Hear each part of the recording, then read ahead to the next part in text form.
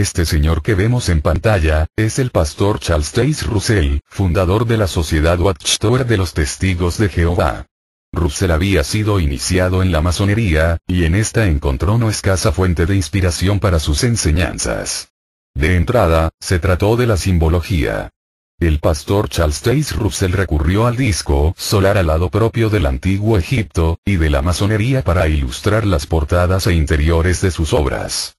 Por si fuera poco, recurrió también a la corona atravesada por una cruz, que es propia de la simbología masónica y que, de manera nada casual, sigue siendo el símbolo preferido de la ciencia cristiana.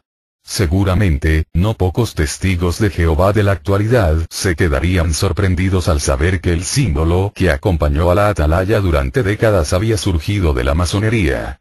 Abundan también en las publicaciones de estos años las referencias a una terminología masónica.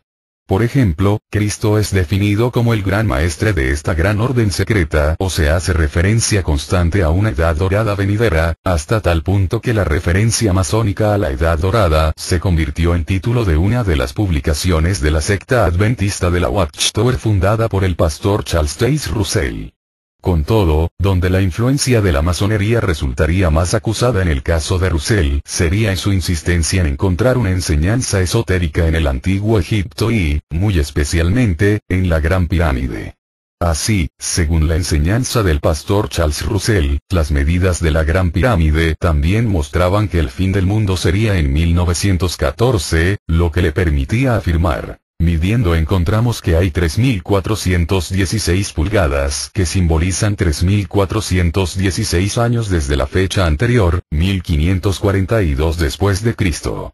Este cálculo muestra el año 1874 después de Cristo como marcando el inicio del periodo de tribulación, porque 1542 años después de Cristo más 1874 años antes de Cristo hacen 3.416 años. De manera que la pirámide testifica que el final de 1874 fue el inicio cronológico del tiempo de la tribulación. El razonamiento resulta, como mínimo, dudoso, pero abundan los paralelos en la historia de la masonería de una lectura forzada de supuestos misterios en la Gran Pirámide. De hecho, autores masones como Manly I. No resulta difícil comprender que, partiendo de ese cálculo alambicado, el estallido de la Primera Guerra Mundial fuera acogido con un enorme alborozo en la cúpula de la secta fundada por el pastor Russell. Para lo importante, como para otros dirigentes de sectas, no era el destino de la humanidad, sino el punto hasta el que podía ajustar la realidad a su profecía. Russell no perdió ocasión de volver a sus afirmaciones repetidas durante décadas. La presente gran guerra en Europa es el inicio del Armagedón de las Escrituras. A fin de cuentas, era lo que Russell había afirmado desde hacía tiempo. No hay razón para cambiar las cifras. Son las fechas de Dios, no las nuestras. 1914 no es la fecha del principio sino del fin. Afirmaba el pastor Russell en la revista de la Atalaya previos a 1914. Sin embargo, en contra de lo afirmado por Russell, en 1914 ni acabó la ceguera de Israel, ni terminaron los tiempos de los gentiles, porque lógicamente no cayeron los gobiernos mundiales, ni fueron hechos añicos como el vaso del alfarero, ni sus adeptos fueron glorificados, ni se produjo la desaparición de la cristiandad. Solo empezó una guerra que duraría hasta 1918. Russell era consciente de que había fracasado en sus pronósticos proféticos, pero, a la vez, podía percibir el fervor de una gente desconcertada. De 1909 a 1914, su secta había pasado de vender 711.000 libros a 992.000 y 22,8 millones de folletos. El profeta había encontrado un filón y no iba a abandonarlo solo porque su vaticinio no se hubiera cumplido. El fin se pasó a 1915. Convenientemente, y sería un ejemplo seguido por sus sucesores en la secta. Russell ordenó retirar algunas de sus obras pasadas y cambiar las fechas hasta el fin. Dentro de los próximos 26 años todos los gobiernos presentes serán derribados y disueltos, el establecimiento pleno del reino de Dios se realizará cerca del final de 1915 después de Cristo. La batalla del gran día del Dios Todopoderoso, Apocalipsis 16 versículo 14, que acabará en 1915 después de Cristo con la completa destrucción del presente gobierno de esta tierra. En un esfuerzo por apoyar su nueva profecía, hasta las medidas de la Gran Pirámide sufrieron un ajuste encaminado a señalar 1915 como la fecha del fin. Después de medir, encontramos que hay 3.457 pulgadas que simbolizan 3.457 años desde la fecha superior, 1542 a.C. Este cálculo muestra 1915 después de Cristo marcando el inicio del periodo de tribulación. Porque 542 años antes de Cristo más 1915 años después de Cristo son igual a 3457 años. Así que la pirámide testifica que el final de 1914 fue el inicio cronológico del tiempo de tribulación. ¿Cómo se alteraron las medidas de la Gran Pirámide de una manera tan convincente para las pretensiones proféticas de Russell continúa siendo un misterio? Pero, en cualquier caso, el fin del mundo tampoco se produjo en 1915. Se cambió entonces a 1918, y así se anunció con la seguridad dogmática de siempre. Parece concluyente que la hora de la pena para la iglesia nominal, la cristiandad, está fijada para la Pascua de 1918, los ángeles caídos invadirán las mentes de mucha gente de la iglesia nominal, llevando a su destrucción a manos de las masas enfurecidas. El libro Misterio Terminado de 1917. No debía haber dudas.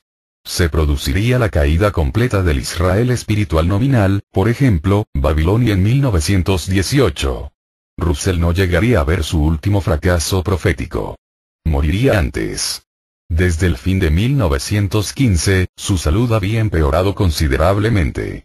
Quizás se trataba solo de una consecuencia física de tantos pleitos perdidos acompañados de un fracaso profético. Aquellos anuncios repetidos durante décadas, y desmentidos por la realidad tercamente, así como la revelación de que su imperio comenzaba a desmoronarse, y no era para menos, es posible que resultaran excesivos. Para el otoño de 1916, su estado físico se había deteriorado lo suficiente como para que en una gira de conferencias por California y la costa oeste de Estados Unidos, tuviera que ser sustituido varias veces por su secretario. El 29 de octubre de 1916 pronunciaría su última predicación ante un auditorio de Los Ángeles. Sintiéndose muy enfermo, canceló el resto de los compromisos y decidió regresar a la sede de la secta en Nueva York. No lo conseguiría. La muerte le alcanzaría en el camino el 31 de octubre en Pampa, una localidad de Texas. Mientras agonizaba pidió a uno de sus acompañantes que confeccionara una túnica romana con una de las sábanas del coche cama y que lo amortajaran con ella. Su muerte se presentó en el sentido de que murió como un héroe. Por supuesto, se anunció que ya estaba con Dios desde el momento de su muerte. Nos regocijamos al saber que en vez de dormir en la muerte, como los santos del pasado, Él está entre aquellos cuyas obras los van siguiendo. Él se ha encontrado con el amado Señor en el aire, a quien amó tanto que dio su vida fielmente en su servicio. Sin embargo, a pesar que fue resucitado inmediatamente para estar con el Señor, según afirma hoy la sociedad Watchtower, su cuerpo carnal quedó en la tierra para ser llevado a Pittsburgh para velarlo y después sepultarlo en el cementerio masónico de Pittsburgh.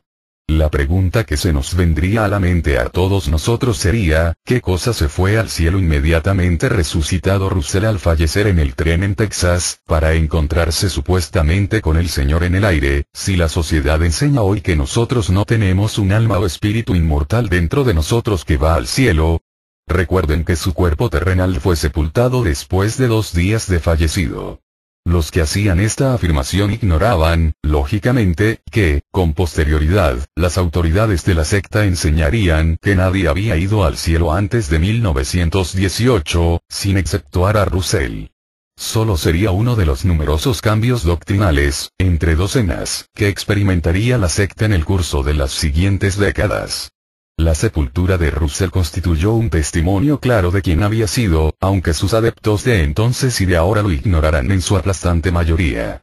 Se hizo enterrar en un mausoleo en forma de pirámide sobre la que está esculpida junto a su nombre la corona con cruz de la masonería. A ella le debía mucho, aunque, posiblemente, nunca lleguemos a determinar la parte total de sus enseñanzas, que nació no de la Biblia sino de las logias. Ni Joseph Smith, ni Elena G. de White, ni Mary Baker Eddy, ni Charles Taze Russell fueron excepciones. En realidad, se trató de manifestaciones repetidas de la manera en que la cosmovisión gnóstica y ocultista de la masonería generó movimientos que pretendían contar con el conocimiento último. Así había sido desde su aparición en el siglo XVIII, y así iba a seguir siendo en los siglos posteriores. De hecho, la historia del ocultismo contemporáneo no puede escribirse sin referencia a las influencias de la masonería. En 1929, el juez Rutherford tiró a la basura todos los libros de Russell porque estaban plagados de la piramidología ocultista y el sionismo, que eran doctrinas falsas de Satanás el diablo. En 1993 la Sociedad Watchtower reiteró lo mismo, diciendo en el libro Proclamadores, página 200, que lo que había enseñado Russell durante 35 años de su vida como presidente de la sociedad, respecto a la Gran Pirámide en Egipto, no pertenecían de ninguna manera a la adoración verdadera. Así Rutherford pone punto final a la era de Russell, descartando todas sus doctrinas a partir de 1928 en adelante hasta su muerte en 1942. Las doctrinas de la Sociedad Watchtower de hoy en día no tienen nada que ver con las doctrinas enseñadas en la era de Russell, como tampoco en la era de Rutherford, cuyas doctrinas y libros también, al igual que las de Russell, terminaron en la basura como alimento para las ratas de las alcantarillas de Brooklyn.